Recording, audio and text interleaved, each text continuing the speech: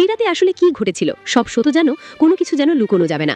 যখন সত্য প্রকাশ পেল সে গভীর অনুতপ্ত হলো। জানা গেল সে এই রাতে কিয়ারার বয়ফ্রেন্ড এবং রাজবরের ব্যবসায়িক শত্রু মিলে একটি ভয়ঙ্কর ফাঁদ পেতেছিল। কিয়ারা সম্পূর্ণ নির্দোষ ছিল। ঘটনার খবর রাজবরের দাদুর কানে পৌঁছাতেই তিনি শহরে চলে আসেন। দৃঢ় কণ্ঠে বলেন, রাজবর, এই বাচ্চা আমাদের বংশের রক্ত, তোমাকে ওই মেয়েকে বিয়ে করতেই হবে। রাজবর প্রথমে অস্বীকার করে, কিন্তু দাদু সতর্ক করেন, যদি এই খবর শেয়ার হোল্ডারদের কানে যায় তাহলে তোমার কোম্পানি আর পরিবারের সম্মান দুটোই শেষ। পরিস্থিতির চাপে রাজবর কিয়ারার সঙ্গে দেখা করার সিদ্ধান্ত নেয়। শান্ত গলায় বলে, আমরা একটা কন্ট্রাক্ট ম্যারেজ করব, আমি তোমাকে প্রচুর টাকা দিয়ে মুক্তি দেব।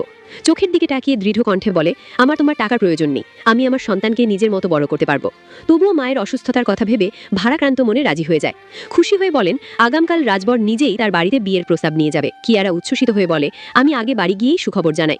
কিন্তু বাড়ি ফিরে সে অপমানের শিকার হয়। পালক পিতা ঠাট্টা করে বলে, এত কলঙ্কের পরও ফিরেছ, লজ্জা করে না? চাচাতো বোন রিয়া ঠোঁট উল্টে বলে। কিন্তু এদিকে রাজবরের অ্যাসিস্ট্যান্ট আড়ালে দাঁড়িয়ে সব শুনছিল।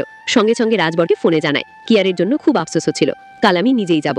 পরের দিন রিয়ার জন্য পত্রপক্ষ আসে। তার বাবা মাথা নত করে বলে, কত টাকা দহেজ দেবেন? ওরা বলে 700 লক্ষ। বাবা খুশি হয়ে যায়। ঠিক তখনই রিয়া কিয়ারাকে ধাক্কা দেয়। তার অসুস্থ মা মাটিতে পড়ে যান।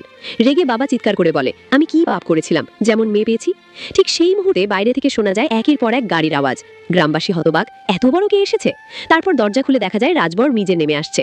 সবাই নিঃশব্দ। সে সামনে এসে দৃঢ় কণ্ঠে বলে, আমি রাজবর মেহেরা, কিয়ারাকে বিয়ে করতে এসেছি। পরের ভিডিওর জন্য শুধু একটা সাবস্ক্রাইব লাগবে।